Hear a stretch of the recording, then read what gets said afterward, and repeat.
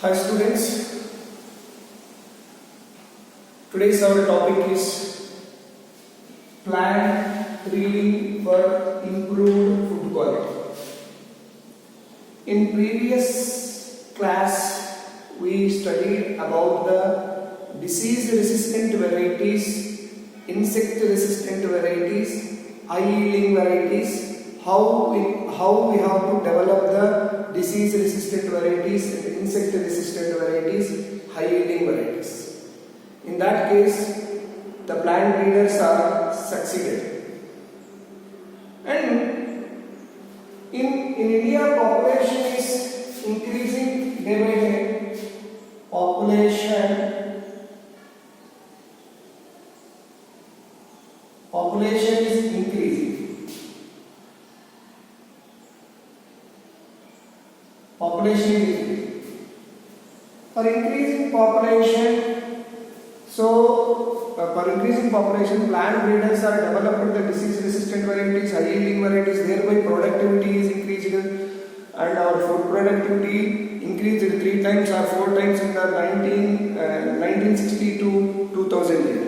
But we are not in the position of giving sufficient, adequate food material in their diet. The people diet is not sufficient micronutrients and some mineral vitamins and all. So more than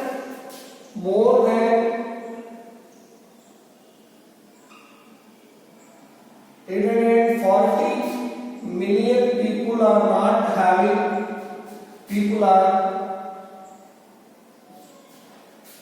not having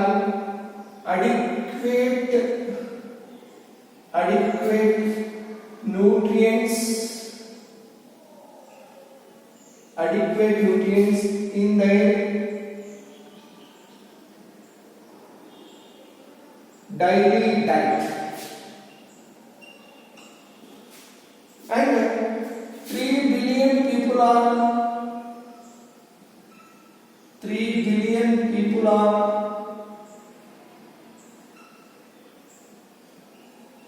suffering with hidden hunger,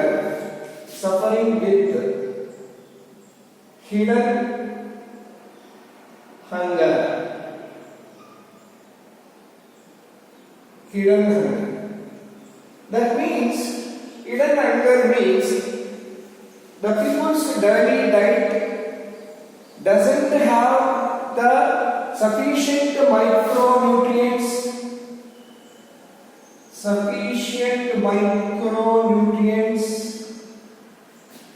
vitamins,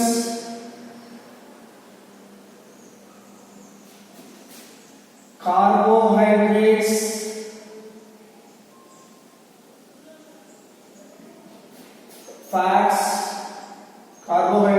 and fats. They are not in the position of getting those food material for their daily needs. So that plant breeders are started to develop the high improved food quality showing food materials, high nutrient quality showing food materials. In this topic we are going to learn what are those. So because of the hidden hunger, the people have an increased risk for diseases. They show increased risk for diseases,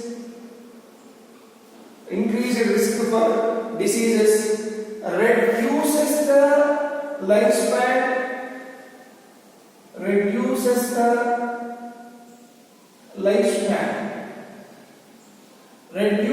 the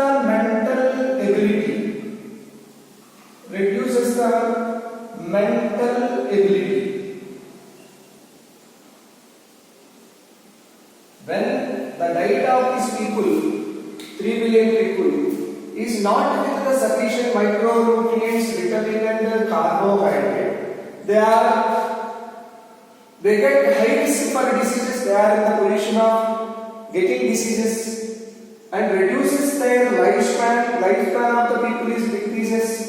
Reduces the mental ability, knowledge, thinking. Everything will be reduced by the inadequate nutrients in their daily diet. So plant breeders are started developing improved food quality varieties. So aiming for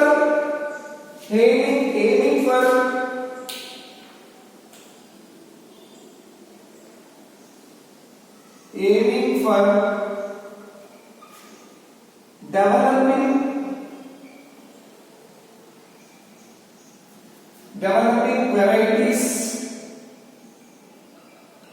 with improved food quality.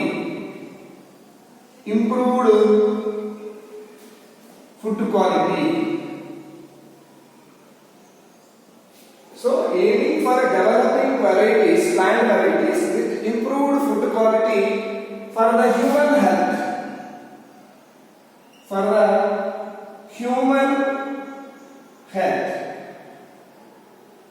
Is called it as biofortification. Is called it as biofortification.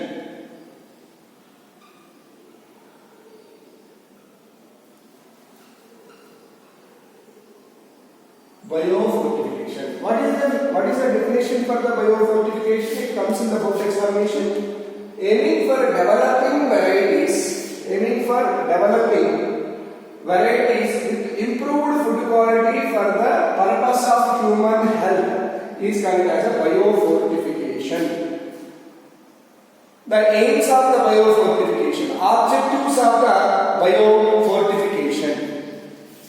So, objectives of the biofortification. Let us see that.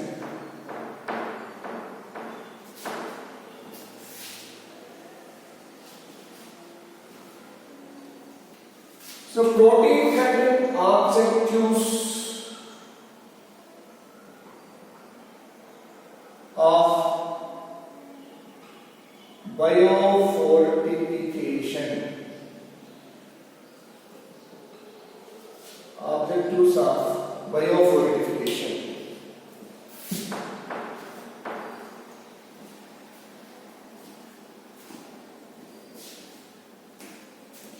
First aim is protein content and quality. Protein content and quality.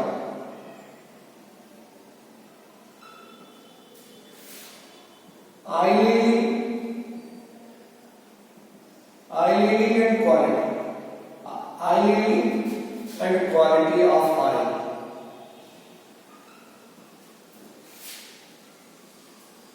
High oiling varieties and qualities. Quality of the oil. And high carbohydrate content. High carbohydrate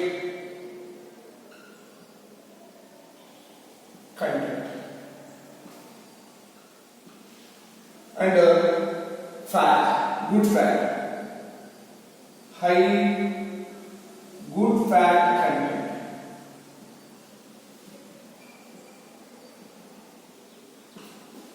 So objectives of the biofortification, the plant, whatever it is developed by the plant breeder, they should have the high protein content in there and quality, high oiling and quality, high carbohydrate content in the food material, high good fat containing food material, good micronutrients containing, good micronutrients containing food materials. So these are the objectives of the biofortification. So regarding this, in this context, plant breeders developed a maize variety in 2000. A maize variety is developed For high protein containing maize variety, high protein containing maize variety developed in the 2000. High protein means they have a good amino acids. Good amino acids. Amino acids. So what are those amino acids? Lysine and tryptophan. Lysine and tryptophan amino acids. These are the amino acids. These are the amino acids.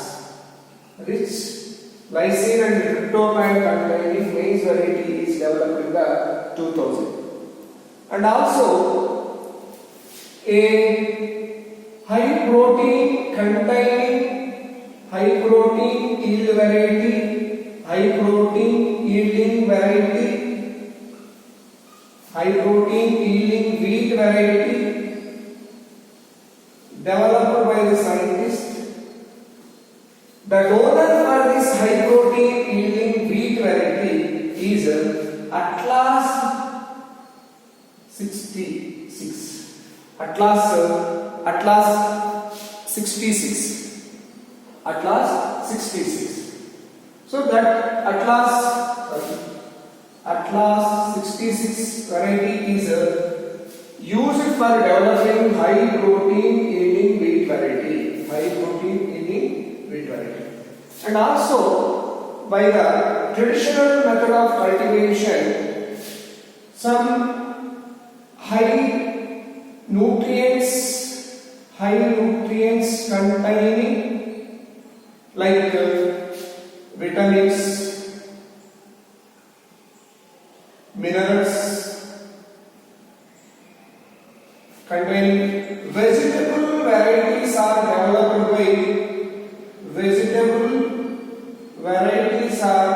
developed by the IARI. IARI means Indian Agricultural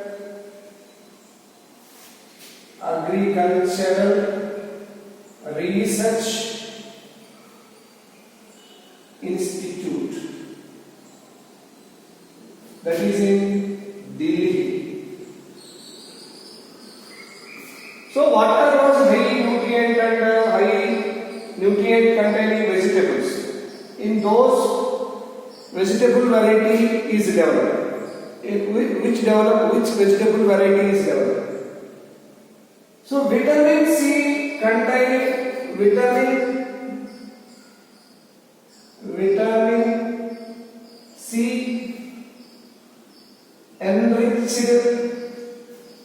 vitamin C enriched vegetables are developed by this IARI. Those are tomato,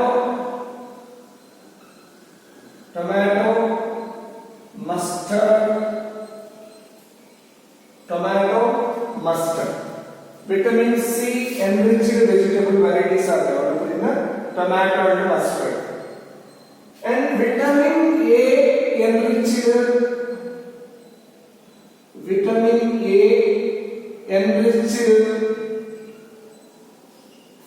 vegetables are developed. Those are pumpkin, spinach, carrot. Pumpkin, spinach, carrot. Vitamin C enriched vegetable varieties: tomato, mustard, and batua. Vitamin A enriched vegetables: pumpkin and spinach, carrot varieties are done. That means in these varieties, the vitamin A is more. In these varieties, vitamin C is more.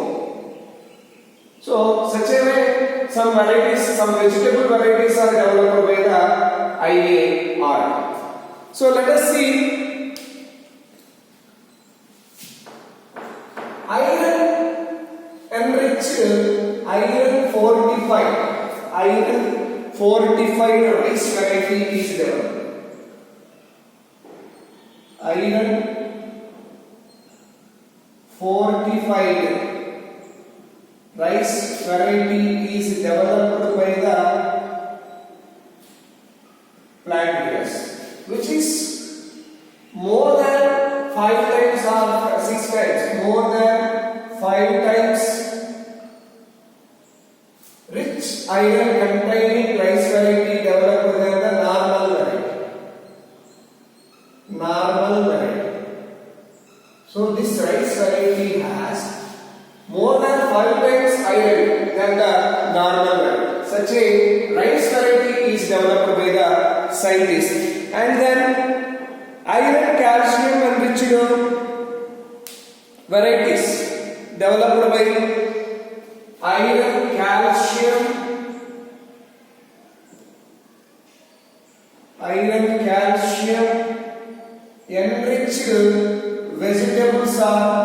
iron calcium enriched vegetables are developed. Those are spinach and bhatua. Iron and calcium enriched spinach and bhatua are developed. And then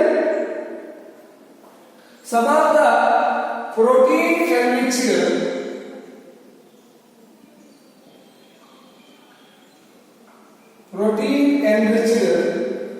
beans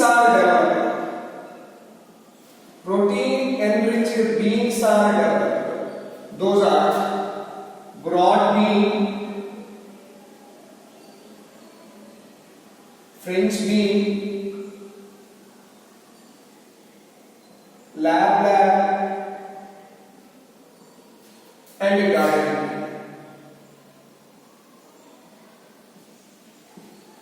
Some of the protein enriched beans are developed. Those are broad bean, French bean, lab and garden bean. Iron calcium enriched vegetables are developed. Leafy vegetable. This is spinach and bhatua. The iron fortified rice variety is developed, which has 5 times more iron than the normal variety are developed. Such a way, some fortified varieties are developed for the purpose of developing, increasing health of the population or health of the people. So this is about the plant breeding for improved food quality. Plant breeding for improved food quality.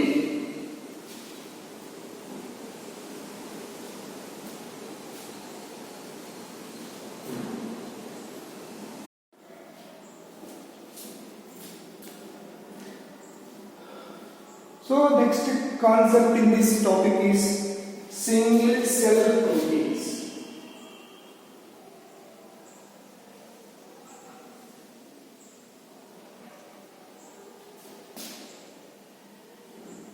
Single cell proteins.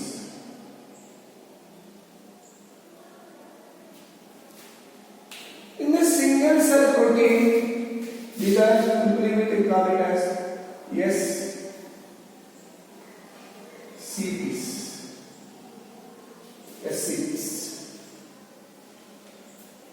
Naturally, we get the protein by eating the grains, some cereals. So naturally we get the proteins, plant proteins. We get the plant proteins by cereals, pulses.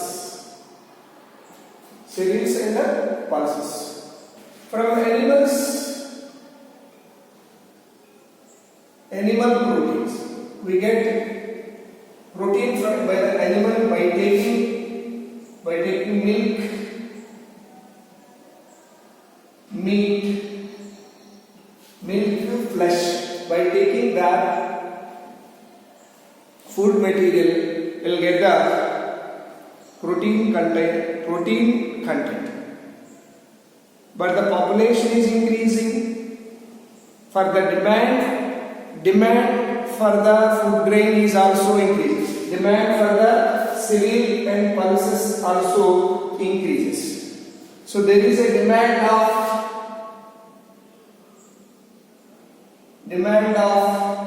cereal and pulses. So that people shifted from grains to meat. People shifted from grains to meat. So we get meat from the animals. We get meat from the animals like hen, some sheep, goat, or some other cows. So to grow that, to domesticate that animals for the meat purpose, when we shifted from the grains to meat to get the protein, we need to give some grains to the population, grains to the animals. So it means ultimately the demand for the cereal crop is increases. So there is a demand for the grains. So demand of the cereal and grains increase.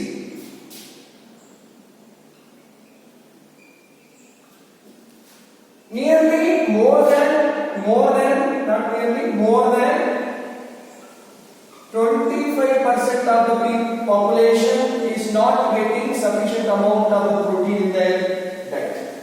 So that we need to increase the protein containing food material. So that plant breeders are searching alternative source of protein containing food material. Alternative source for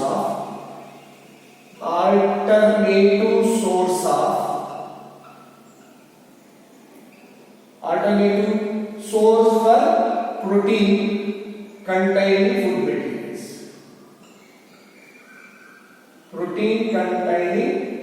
Those are single cell proteins.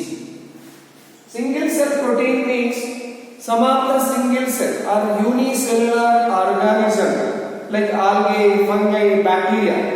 From those algae and fungi, bacteria, we can collect the proteins. Then we can use that protein for the needs of the population. So in that context, growing this single cell organism is easy. Easily we can grow in the short period, in the short land, short space, within the short space, we can develop the good productivity, high productivity. We can develop the high productivity within the short space. We can use the waste material for the growing. We can use waste material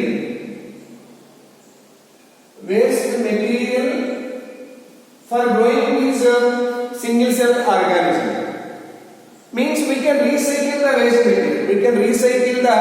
waste material. So we can reduce the pollution in the atmosphere by growing these single cell organisms, unicellular organisms like algae, fungi, bacteria in the waste material. On the waste material, we can recycle the waste material. We can reduce the waste material.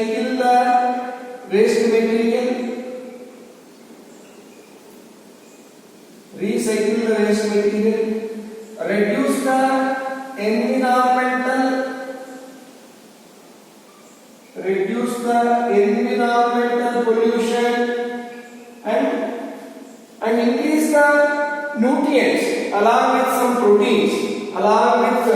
some proteins. So iron, some micronutrients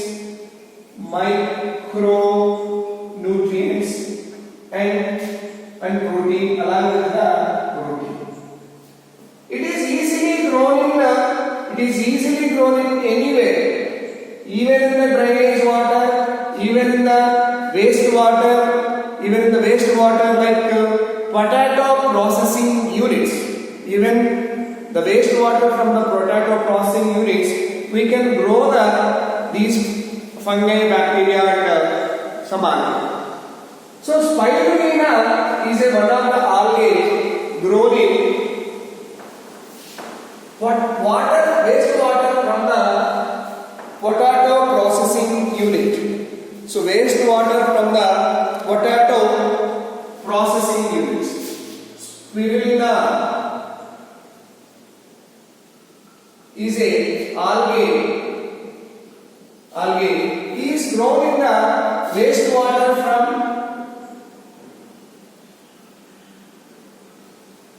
potato processing unit. Potato processing units. The wastewater, whatever it is released from the potato processing unit, in that potato wastewater we can grow the spirulina. The spirulina, growing spirulina, it provide the sufficient amount of the protein containing food material, because within the short space in the wastewater we can increase the biomass of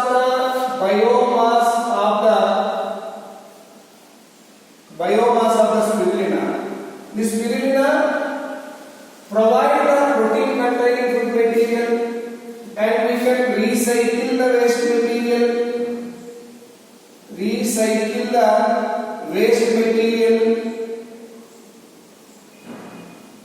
We can reduce the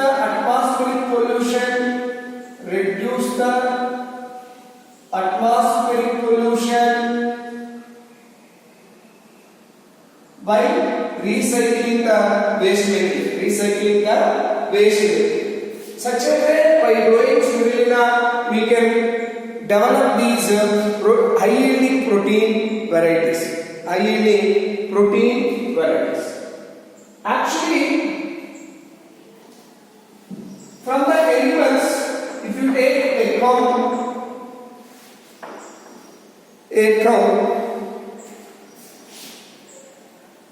it is a 250 cases of the cow will give 200 grams of protein per day. 200 grams of the protein we get from the cow, 250 cases of the cow. But if we grow the bacteria like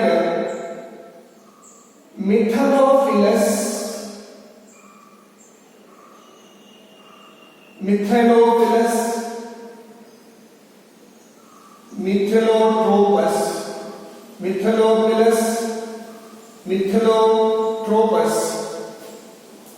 25 grams of the 250 grams of the Methylothropus bacteria in the wastewater, we get 25 tons of the protein containing bacteria. So by that we get more amount of the protein. So that is the advantage of single cell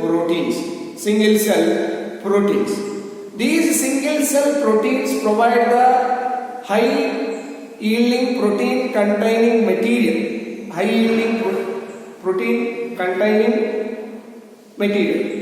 So we can grow anywhere, even in the drainage water, even in the any other wastewater, we can grow rapidly within the short period. That too within the short period.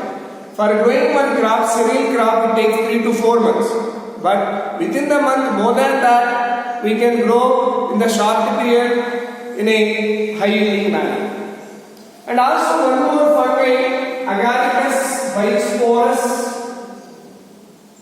Agaricus bisporus.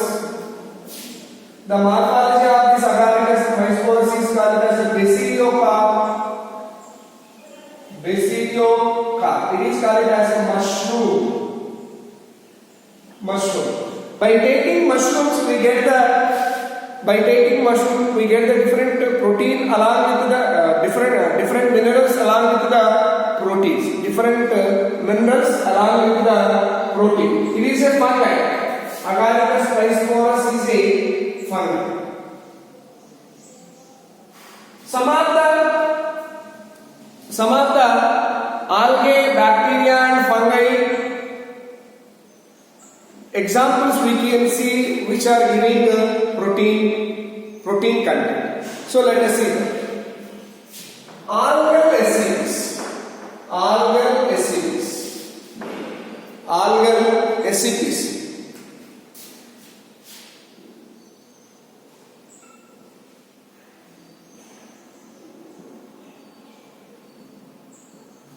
Chlorella spirulina.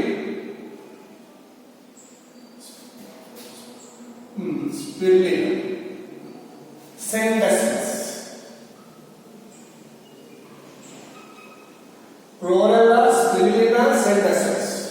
Fungi. Fungal acids. Saccharomyces cerevisiae.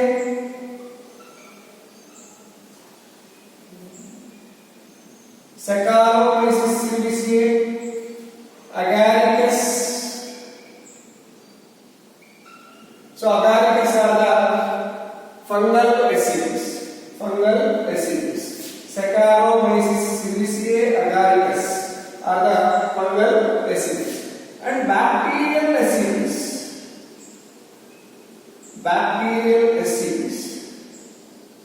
These are Methylophilus, Methyllotropous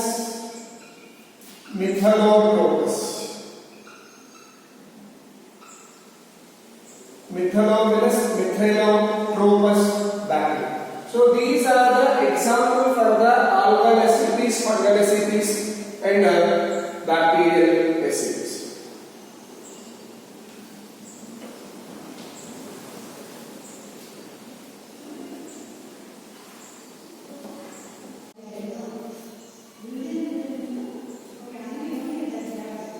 So next concept is tissue culture.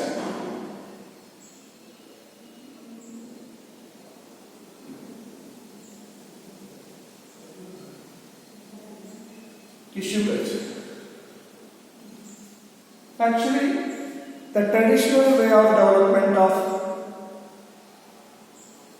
traditional methods are not sufficiently providing the plants hybrid varieties. So that advanced method is developed by the scientists in 1960s, in 1950 to 1960s. In 1950s to 1960s, there is one new advanced technology developed by the scientists that is called it as a tissue culture. So Haberland first introduced this Haberland introduced this tissue culture. Here we take a part of a tissue of the plant intestine in culture. For example, this is a test tube. In this test tube, we take a tissue. A micro part of the plant tissue is taken. That may be parenchyma. Parenchyma we take. It is a living tissue because it is easily divided. Or else meristematic tissue we can use. Meristematic tissue we can use here. Or pollen grains we can use. Pollen grains can be used. That is taken in the test tube. Suppose it is a tissue, whatever it is, and then by adding culture medium,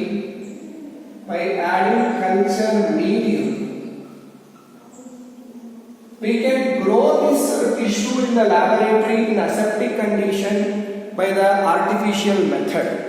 By providing the artificial atmospheric conditions in the laboratory in aseptic condition, the tissue is grown in the in vitro condition. Tissue is grown in the in vitro condition. In vitro method. In vitro method means inside the test tube. Inside the test tube, in test tube we can grow the tissue, and finally we can develop the plants. Finally, we can develop the new plants for our needs.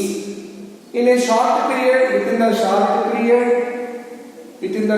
period, by using the simple tissue, simple part of the, a small part of the tissue of the plant, we can develop the many plants or n number of plants within the short period.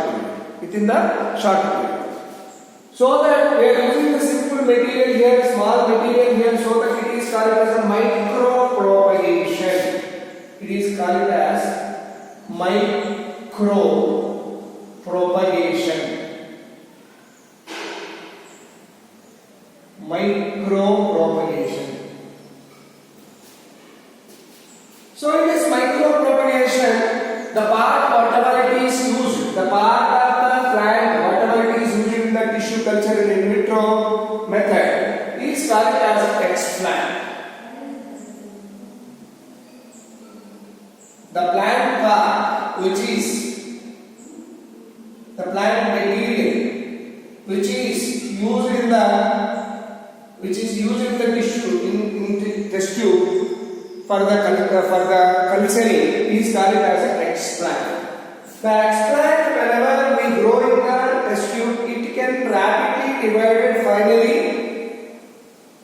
it develop the new plants. It develop the new plants in the culture medium. So that ability of the plant cell,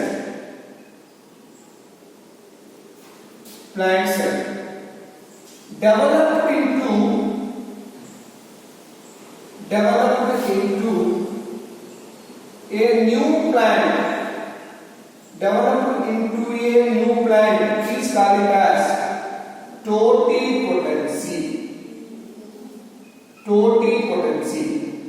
The ability of the entire plant tissue or cell developed into a new plant is called as totipotency. So this is the introduction. Then what we require for this culturing, tissue culture or micropropagation? Culture medium is required. Test tubes, culture medium is required, and plant material we can collect from the plant. That is an explant. The culture medium, how it is prepared, how the culture medium is prepared. So what it contains? Let us see that. So in this first step of the tissue culture, first step in the tissue culture is preparation of the culture medium.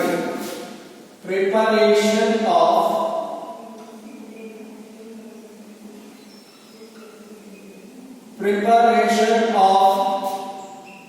culture medium.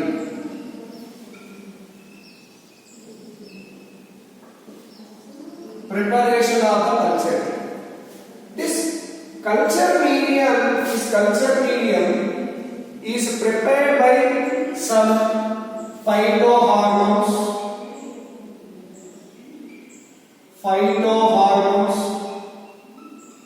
some carbohydrate like sucrose,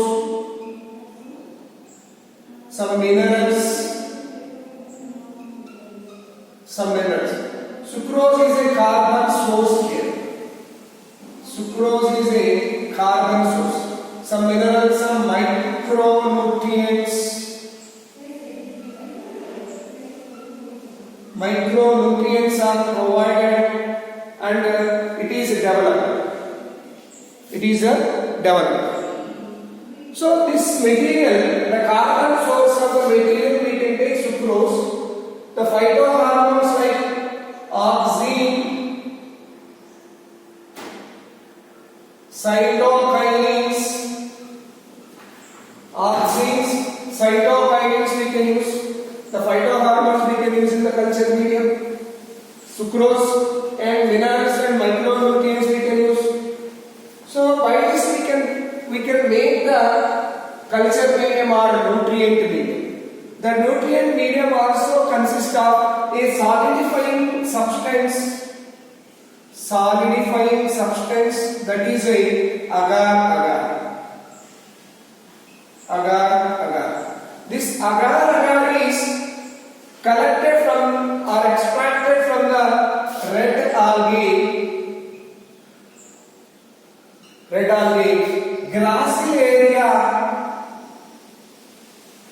Gracilaria and Zelid. It is used as a solidifying substance in the tissue culture, solid material, and also coconut milk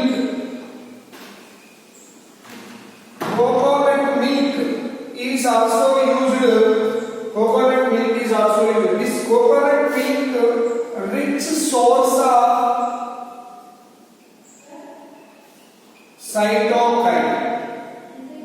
rich source of cytokines, solidifying substance.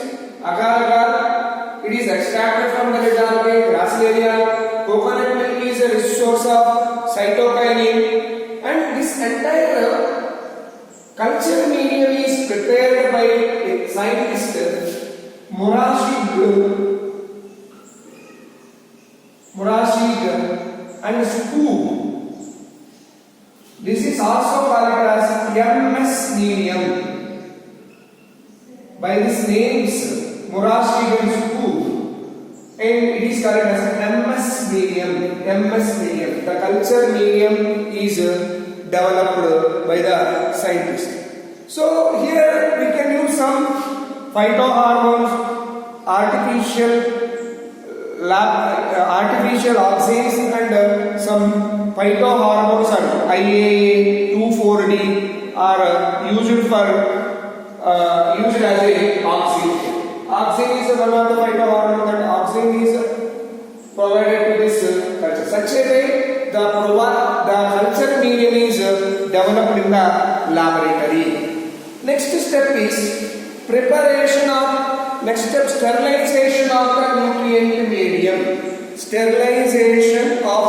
nutrient medium.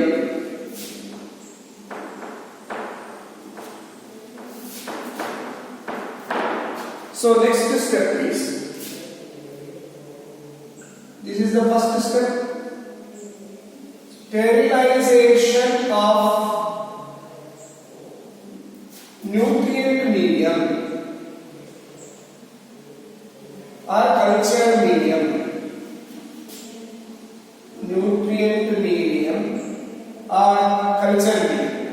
Here we need to create microbe-free culture medium. If any microbes are present, those damage the tissue which is grown in the culture medium. So that we should sterilize that material. So the steam sterilization we can use here. Steam sterilization we can use here. In this steam sterilization, in autoclave machine, we in an autoclave machine. So using 120 degrees centigrade, 15 pounds per pressure, 15 pounds pressure per second, 15. So some 120 degrees centigrade, 15 pounds pressure for 15 pounds pressure per minute.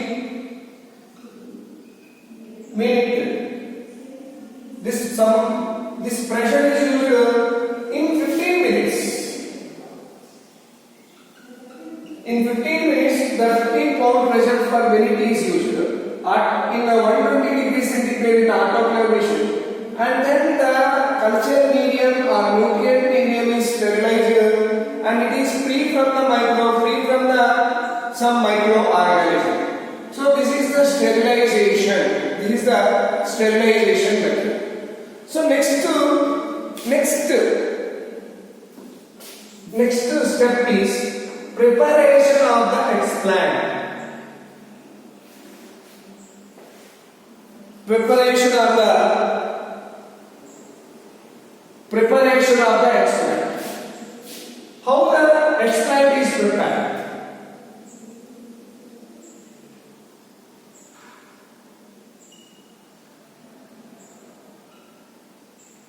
Preparation of explant. The explant is collected from the plant. It is usually parenchyma tissue. The parenchyma tissue is a soft material. The parenchyma tissue is a soft material. The parenchyma tissue is surface sterilized. Surface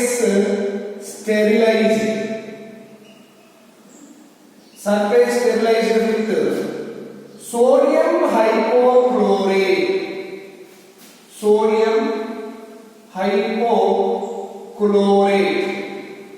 Then the soft material get washed, and finally it is sterilized, surface sterilized if it is a soft parenchyma tissue. If it is a hard material of the plant, then it is sterilized by the 0.1% mercury chloride. 0.1% mercury chloride is used for the surface sterilization. Due to that, the material is free from the microbes. So this is about the third step. So first step, preparation of the culture medium, sterilization of the nutrient medium. The nutrient medium, whatever it is used, that is sterilized here. The explant, whatever it is used in the culture medium in test tube, that is also sterilized with this sodium hypochlorite and 0.1 mercury chloride. Next step is inoculation of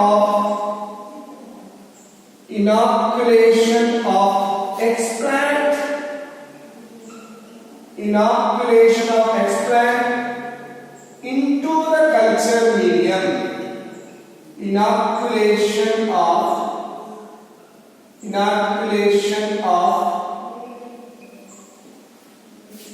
explant into the culture medium. Now the culture medium is ready, explant is ready. The explant should introduce into the culture medium into the test tube in the laminar airflow chamber. So in the laminar airflow chamber, this explant is introduced into the culture medium containing test tube. So that is the inoculation of explant into the culture medium, Now the culture medium is present inside the test tube along with the explant is present inside the test tube along with the culture medium. Now this culture medium along with the tissue culture is grown in the laboratory in artificial atmospheric condition. So that is called as a incubation. That is called as a incubation.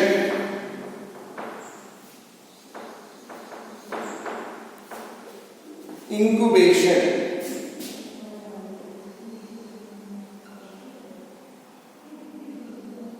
The incubation is 3 to 4 weeks.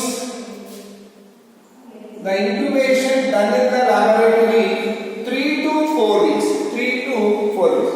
The tissue, whatever it is used in the test tube, is cultured or developed in the culture medium, nutrient medium, and rapidly grown and rapidly divided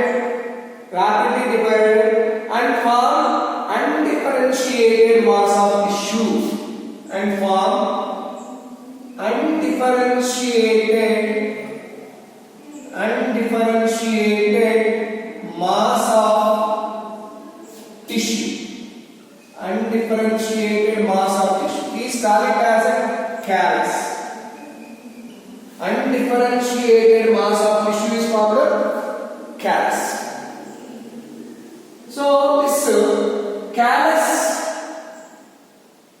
So this callus is developed by the presence of auxin and cytokinin. Auxin and cytokinin influence the development of this callus. So in this callus, there is from this callus, full-fledged organs are developed from the callus. So formation of the organs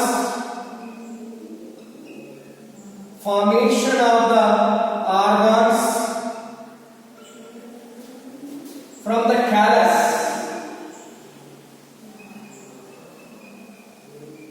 is called as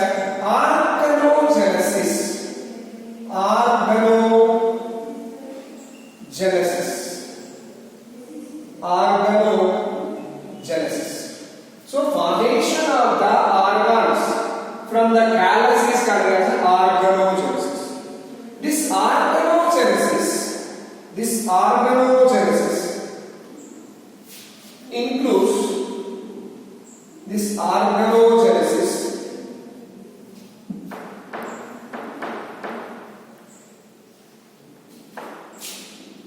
is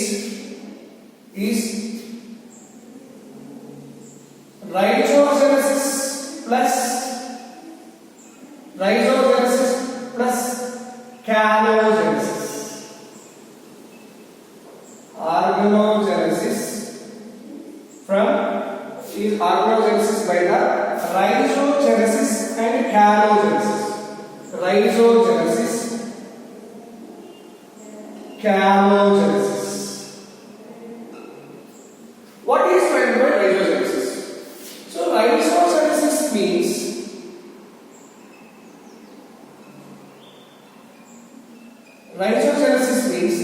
formation of roots from the callus.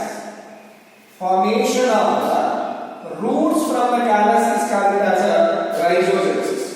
This rhizogenesis is influenced by the more oxygen than cytokinin. More oxygen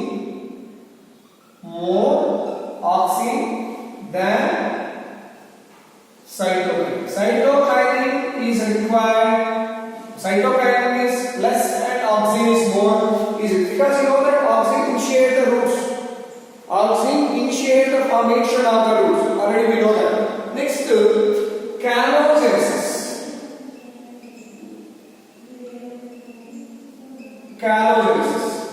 Formation of the shoot.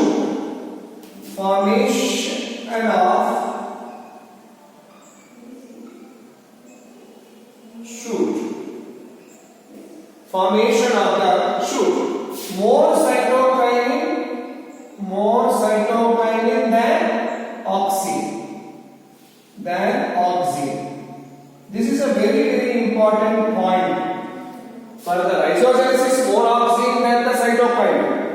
For the canogenesis, more cytokinin than the oxygen. So together, whatever it is, oxygen, whatever the oxygen and cytokinin we take, those influence the formation of the organogenesis. So finally, a embryo-like structures are formed. Embryo-like structures are formed. From that embryo-like structures, we can develop the new planets. From that embryo-like structures, we can develop the new planets. Embryo-like structures are formed. Those are called as somatohybrids. Somatoembryoids. Somatoembryoids. So these somatoembryoids are similar to their tissue, whatever the tissue is used in the whatever the explant tissue is used in the tissue in the test tube in culture media, those are exactly similar to the these somatic embryos are exactly similar. When these somatic embryos are encapsulated with alginase, sodium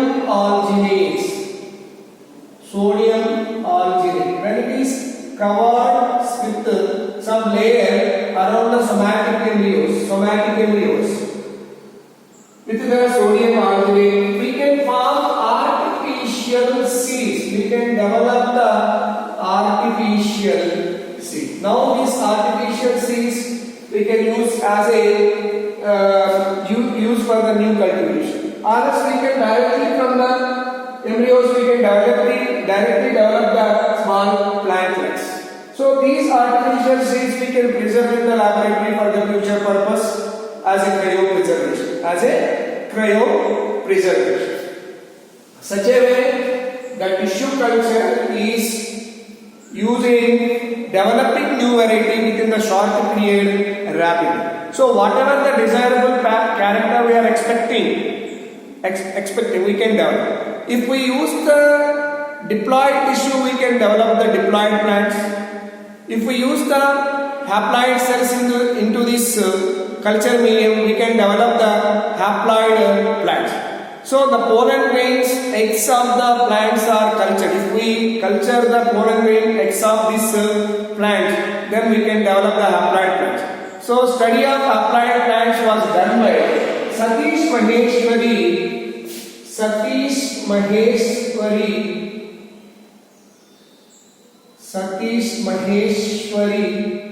and Shipra and Guha.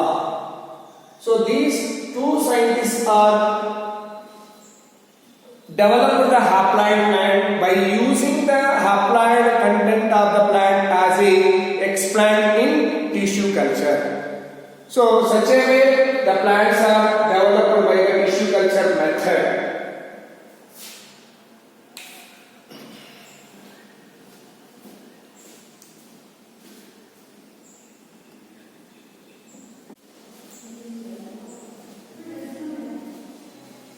Next concept is application of tissue culture.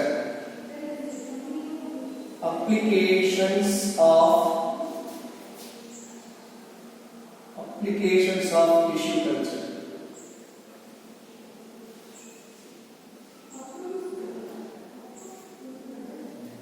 Here we can develop the large number of plants within the short period. In laboratory, large number of plants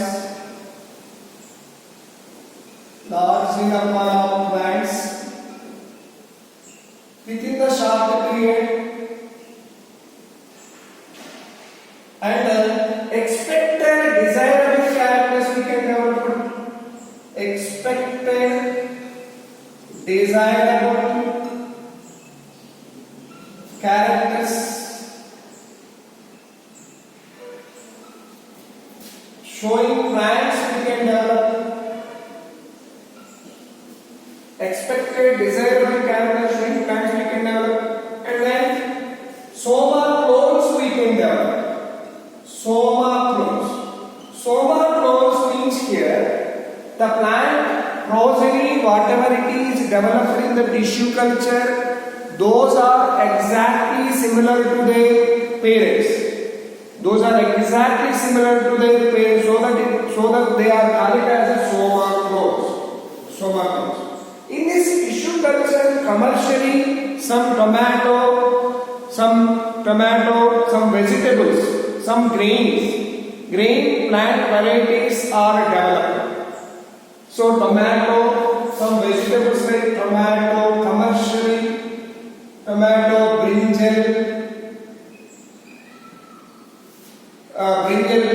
varieties are developed by this tissue culture method. And virus-free plants also we can develop. Virus-free plants also we develop by using the meristematic tissue. By using the meristematic tissue as a explant. As an explant, what meristematic tissue is used as an explant. When we grow this meristematic tissue in the tissue culture, we can develop the virus-free plants. So these are the applications of the tissue culture. So next, somatic hybridization. Somatic hybridization.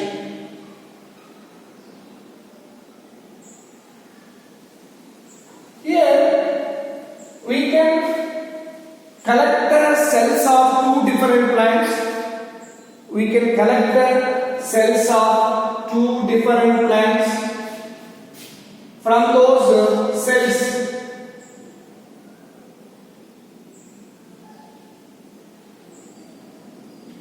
so for example, it is a one cell. The cell, this is one cell. This is one cell. Cell A, cell B. These are the plant cells. Usually the plant cells are covered by cellulose, pectin. Using the cellulase enzyme, pectinase enzyme or cellulase enzyme or pectinase enzyme, we can dissolve the cell wall and we can extract the protoplasm of the cell. We can extract the protoplasm of the cell. So no cell wall here, no cell wall here. So we extracted the protoplasm of the A cell, protoplasm of the B cell. These are the cells. By using this cellulase pectinase enzyme, the plant cell wall is dissolved and finally we get the protoplasm. The protoplasm of the A and the protoplasm of the B.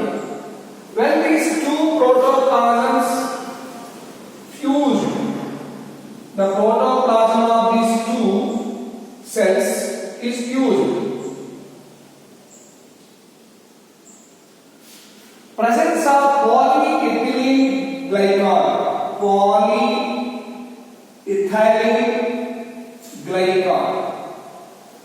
This polyethylene glycol fuses the two protoplasm of the plant cells and finally we get fusion of characters in one cell. Finally we get